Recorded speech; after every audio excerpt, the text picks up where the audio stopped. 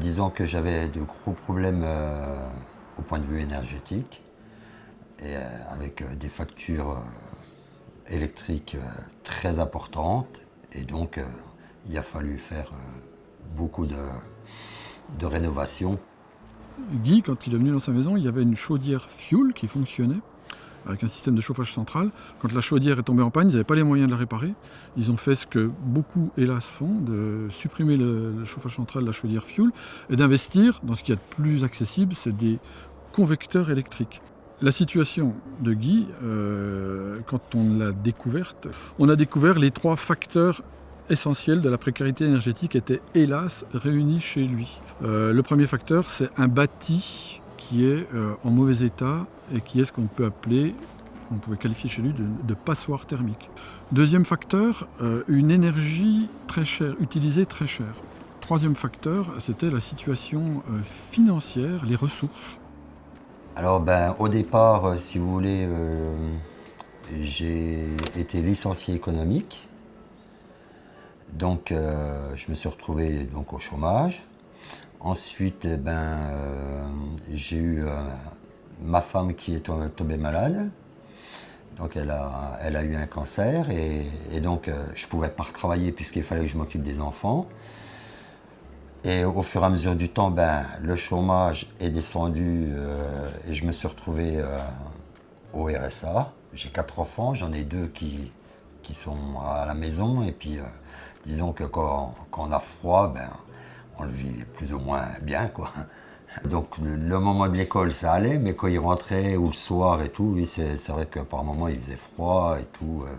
Je ne pouvais pas allumer comme je voulais le chauffage puisque j'essayais de tirer sur l'électricité parce que j'arrivais pas à payer les factures comme il faut. Donc, Alors aujourd'hui en France, on a 12 millions de personnes qui sont en situation de précarité énergétique, dont une partie sont propriétaires de leur logement. Et pour elles, il existe aujourd'hui des aides publiques, un programme du gouvernement qui s'appelle Habiter mieux, qui leur permet de faire des travaux avec d'une part des aides financières et d'autre part un accompagnement technique. Mais pour les situations les plus fragiles, où il y a eu des accidents de la vie, des pertes de ressources ou des fragilités particulières, ça ne suffit pas toujours. Donc c'est vrai qu'il faut apporter des réponses complémentaires, un peu innovantes et adaptées au cas par cas. On a apporté un petit coup de pouce financier avec une subvention de la Fondation Abbé Pierre avec son programme SOS Taudis.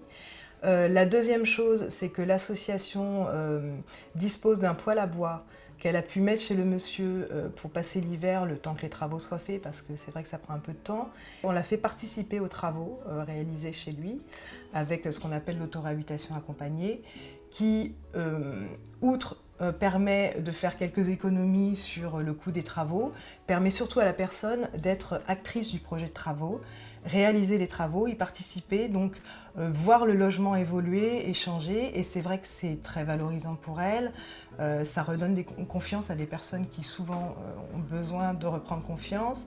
Et ça valorise comme n'importe quelle personne qui va bricoler chez soi et être finalement fière de ce qui a été accompli. Et c'est vrai que c'est très valorisant pour les personnes. Donc on a imaginé tout un programme de travaux. On a priorisé donc des travaux d'isolation, le système de chauffage, d'essayer de trouver quelque chose de plus adapté.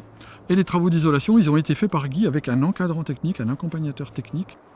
Ça a changé qu'en ayant une facture électricité très importante, je donnais à peu près 225 à 230 € par mois d'électricité. Je tombe à l'heure actuelle avec mon eau chaude dedans à une facture d'électricité qui est descendue à moins de 80 €, quoi.